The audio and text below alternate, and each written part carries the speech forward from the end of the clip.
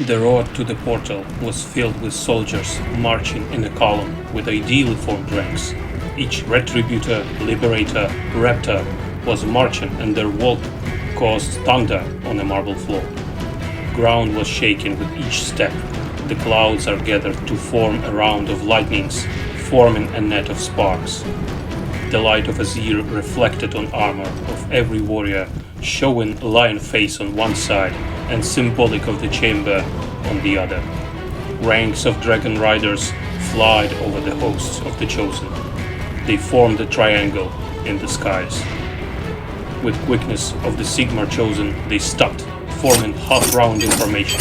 From the first ranks, Lord Relictor stepped forward, turned to the man, and his thunderic voice was spoken while the portal was ready to start working.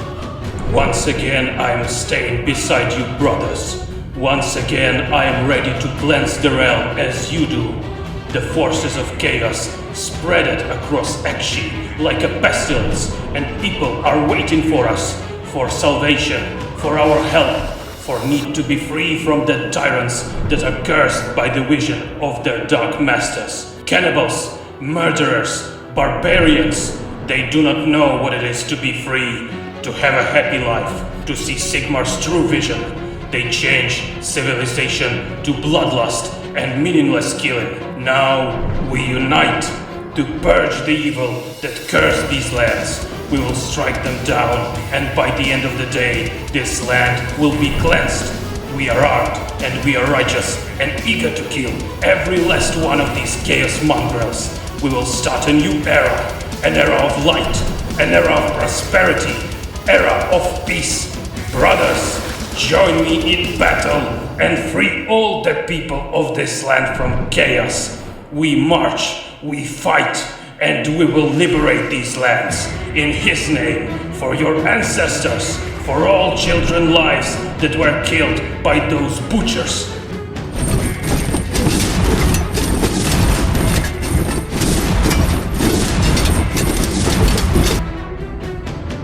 Stormcast Eternals, also simply called Stormcast, are superhuman, nigh immortal warriors whose souls have been magically reforged by the will of the God King Sigmar. They now serve as the primary weapons of the Grand Alliance of Order in retaking the mortal realms from the forces of chaos in the Age of Sigmar. Stormcast Eternals are not born but made, forged from mortal souls of great honor and courage, allied with the celestial energies of the cosmic storm and beaten into the living weapons of Azir, the realm of heavens. Upon the anvil of apotheosis, all Stormcast Eternals were once paragons of humanity. Many were warriors of wizards, but not all, for the skills of war can be taught, while honor, courage, or simple fate cannot. There are 3 stages to creation of a Stormcast Eternal. In the chamber of the broken world, the chosen are blasted apart by heavenly lightning, their souls painstakingly remade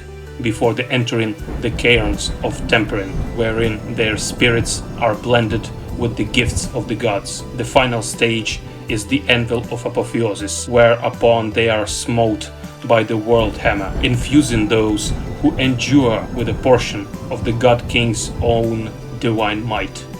Few indeed are the mortal heroes who can survive the rigors of the magical process called reforging, but those who do emerge are effectively immortal, death bringing about their merely dissolution into the celestial lightning form whence they came, blasting their souls back to the Azir to commence the punishing. The lifespans of Stormcast Eternals are completely uncertain, for only God King himself can know their age. Their mortal bodies are long vanished, and the reforging process can sometimes take years at a time. One Stormcast Eternal may be plucked from the age of chaos hundreds of years ago, lying dormant for years at a time, while another may have perished and been reforged in only the last few months, as the powers of chaos grew across the realms, destroying or usurping all that he had tried to build. Sigmar retreated to Azir. It was a difficult decision, for he knew well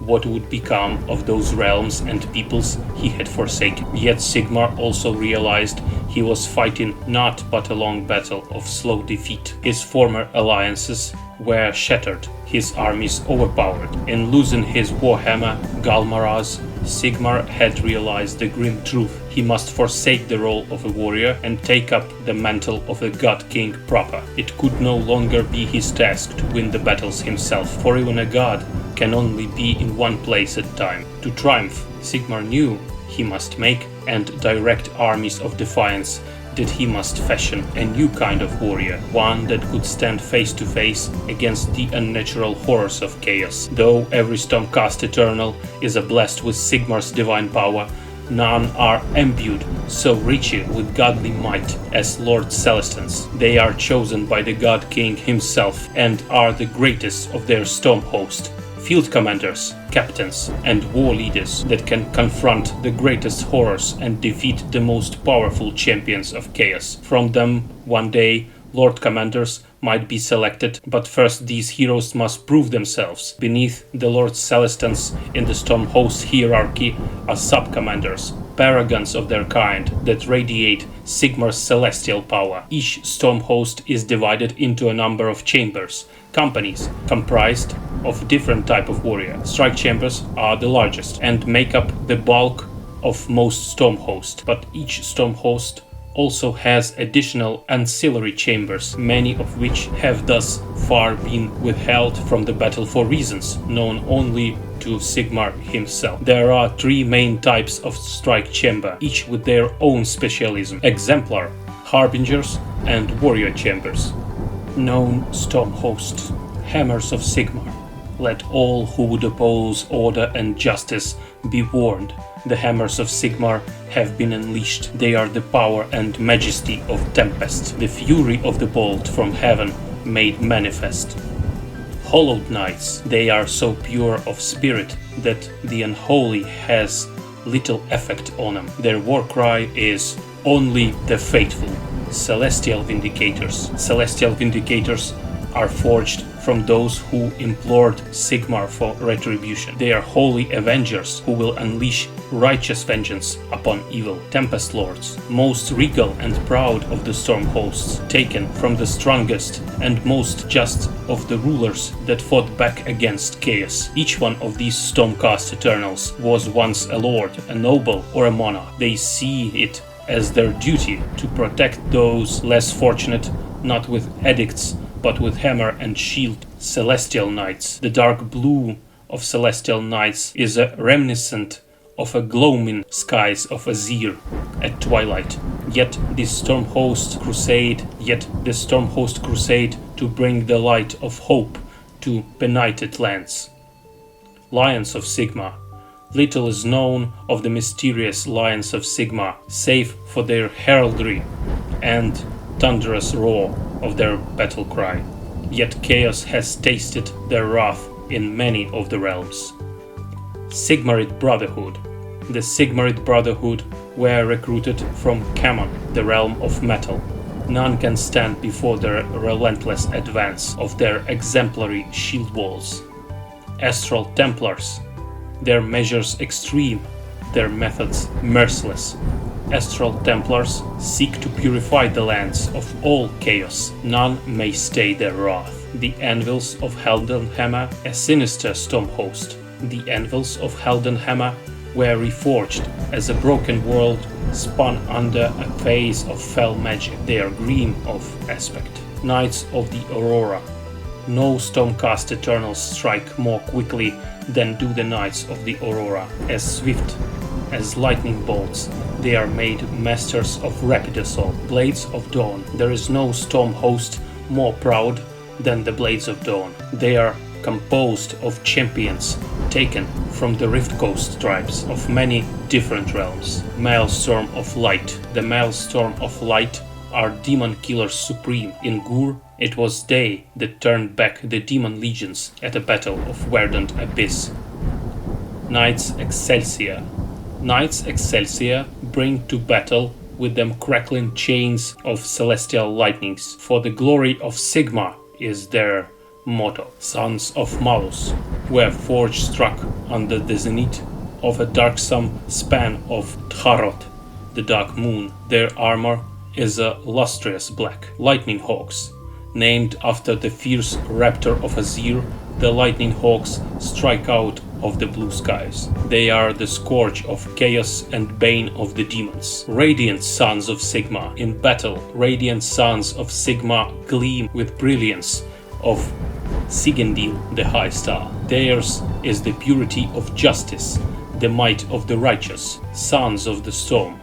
The sons of the storm crash upon their foes in a deluge of violence.